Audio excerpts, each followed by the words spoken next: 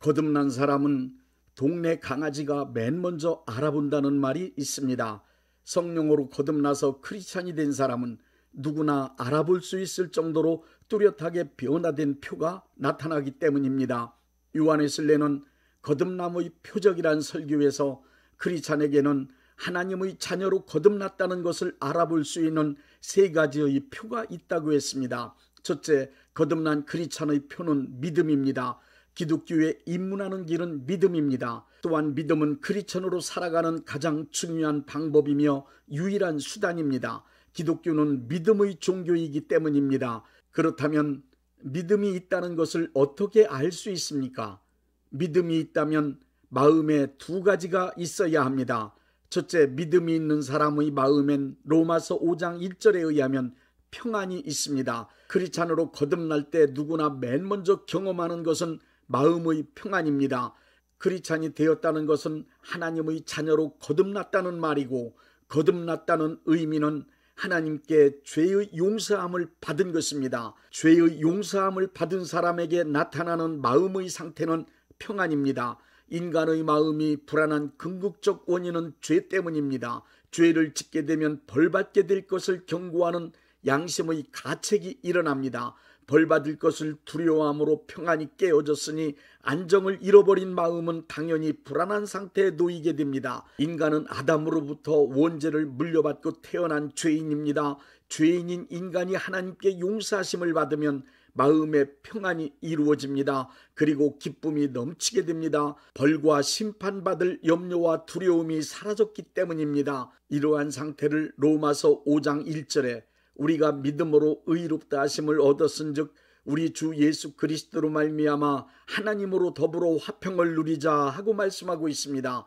죄의 용서하심을 받아 양심을 찌르는 죄책감에서 자유를 얻은 크리스찬의 마음엔 세상이 주지도 빼앗지도 못하는 평안이 충만해집니다. 이 평안은 얼굴과 말투는 물론 모든 행동에 기쁨으로 나타납니다. 둘째, 믿음이 있는 사람에겐 요한일서 3장 6절에 의하면 힘이 있습니다. 요한일서 3장 6절의 말씀을 보십시오. 그 안에 거하는 자마다 범죄하지 아니하나니 범죄하는 자마다 그를 보지도 못하였고 그를 알지도 못하였느니라. 예수 안에 거하는 자마다 범죄치 않는다는 말씀은 거듭난 크리스찬으로서 믿음을 가지고 있다면 죄를 이길 수 있는 힘이 있다는 뜻입니다. 크리스찬은 죄에 매여 종노릇하던 옛사람이 죽고 예수님의 의를 힘입고 부활한 새사람입니다. 그러므로 크리스찬이 되었다는 말은 죄를 이길 수 있는 새사람, 의로운 사람이 되었다는 뜻입니다. 크리스찬으로 변화되었다는 증거는 죄를 대하는 태도에서 분명하게 나타납니다. 크리스찬은 언제 어디서든 죄를 미워하며 죄를 멀리하며 죄와 싸워 이기려 항상 예수님의 십자가와 보혈을 의지하는 사람입니다. 죄는 아무리 작은 것이라 하여도 가볍게 여기지 않습니다. 하나님의 자녀로서 죄와 싸워 결국 죄를 이기고야 맙니다. 죄를 짓더라도 예수님의 보혈 의지하여 즉시 회개하여 죄를 해결하는 사람입니다. 크리스찬은 로마서 6장의 말씀대로 예수님과 연합한 사람이기 때문입니다. 죄를 이길 힘이 없다면 그는 온전한 크리스찬이 아닙니다. 그는 예수님과 연합되어 있는 사람이 아닙니다. 포도나무에서 떨어진 가지에 불과합니다. 크리스찬은 예수님께서 이미 죄를 이기셨음을 믿고 예수님의 승리를 내세워 죄를 이기는 자가 됩니다. 죄를 이길 힘이 없다는 말은 예수님 십자가와 보혈의 능력을 믿지 않는다는 말과 같은 말입니다. 거듭남의 경험이 없는 사람, 예수님과 전혀 상관없는 사람, 무림한 크리스찬이라는 증거이기도 합니다. 죄를 이길 수 있는 힘이 있다는 것은 예수님의 승리를 믿는 믿음이 있다는 증거이며 진정한 크리스찬이라는 명확한 증거입니다. 둘째, 거듭난 크리스찬에게 나타나는 표는 소망입니다. 거듭난 크리스찬에겐 어떠한 환경과 상황에 처해 있더라도 포기할 수 없는 뚜렷한 소망이 있습니다. 소망은 바라는 것, 기대하는 것, 희망하는 것입니다. 우리를 기독교 안에 들어와 크리스찬이 되게 한 것은 믿음이지만 기독교 신앙 안에 계속 머물러 있게 하는 것은 소망입니다. 오늘도 우리가 크리스찬으로 신앙 안에 머물러 살아가는 이유는 바라는 것, 기대하는 것이 있기 때문입니다.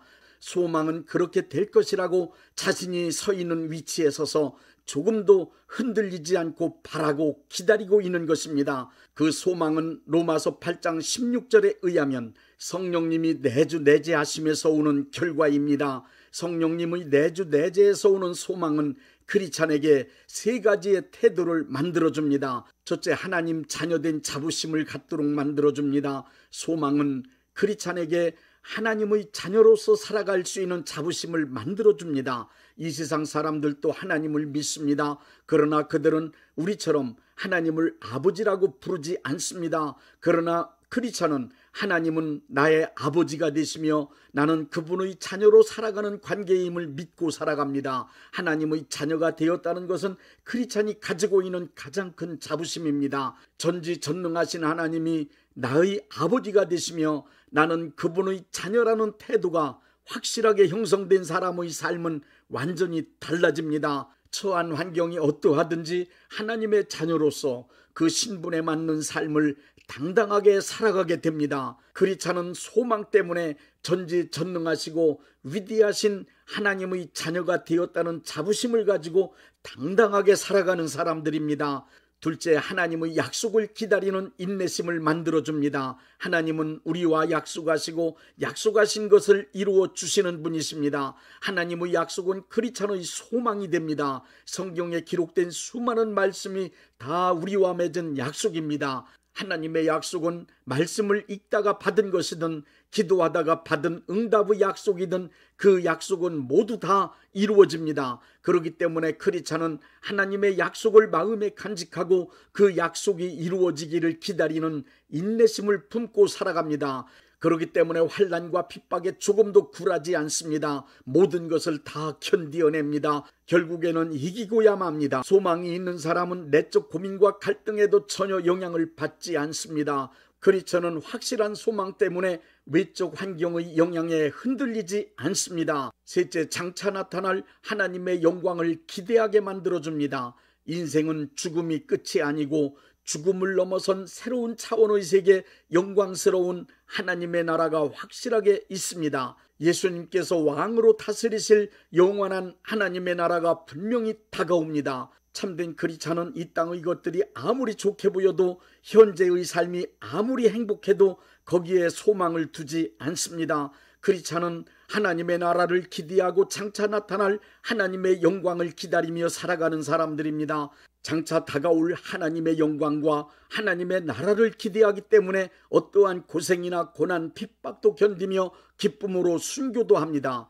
우리 크리스찬은 현재의 고난을 인내하여 이기고 나면 장차 하나님의 영광이 나타날 것을 믿는 사람들입니다. 그렇기 때문에 현재의 어떠한 역경이나 핍박이나 환난도 견디며 인내할 수 있습니다. 우리 크리스찬은 장래에 나타날 하나님의 영광을 언제 어디서나 기다리고 또 기다리고 있습니다. 이 세상에서 가장 좋은 것이라 하여도 장래에 나타날 영광과 좋게 비교할 수 없기 때문입니다.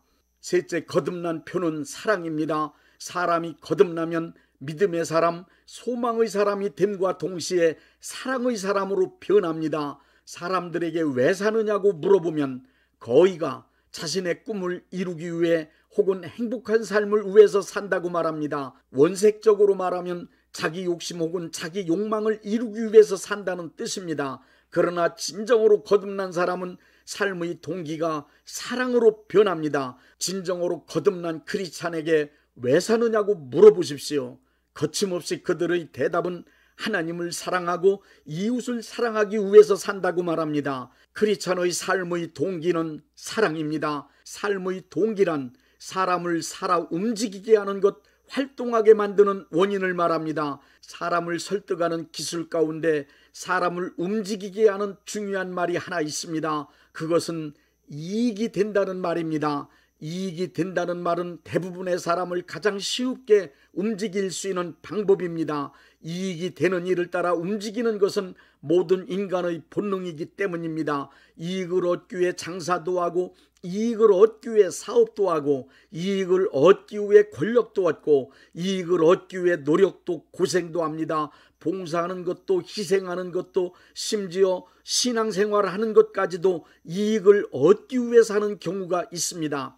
사람은 거의가 무엇을 하더라도 이익을 얻기 위해 열심히들 합니다. 그래서 이익이 되지 않는 일을 하면 그 사람을 바보라고 하는 것입니다. 그러나 거듭난 크리스찬은 본능적으로 이익을 따라 움직이는 사람들이 아닙니다. 크리스찬은 인간의 본능을 초월하여 사랑에 의하여 움직여지는 사람들입니다. 크리스찬의 삶의 동기는 바로 사랑입니다.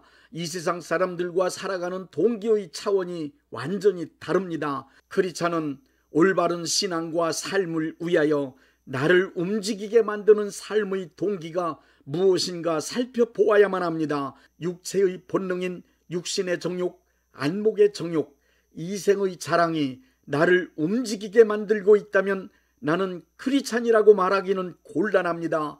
어떤 일을 하든지 왜 그런 일을 합니까? 하고 물으면 하나님을 사랑하고 이웃을 사랑하기 때문입니다 하고 즉시 대답할 수 있어야 합니다. 사랑은 거듭난 크리스찬의 절대적이며 필수적인 삶의 동기입니다. 기도 많이 해서 강력한 은사가 나타나도 사랑 없이 은사를 사용하면 결국 다른 엉뚱한 것이 목적이 되어 교회를 어지럽히고 사람을 괴롭히는 일에 쓰임받게 됩니다. 삶을 깊이 그리고 자세히 점검해 보십시오. 지금 나를 움직이게 하는 동기는 과연 무엇인가? 하나님을 사랑하고 이웃을 사랑하기 때문에 열심히 활동하고 있다면 나는 거듭난 크리스찬이 확실합니다.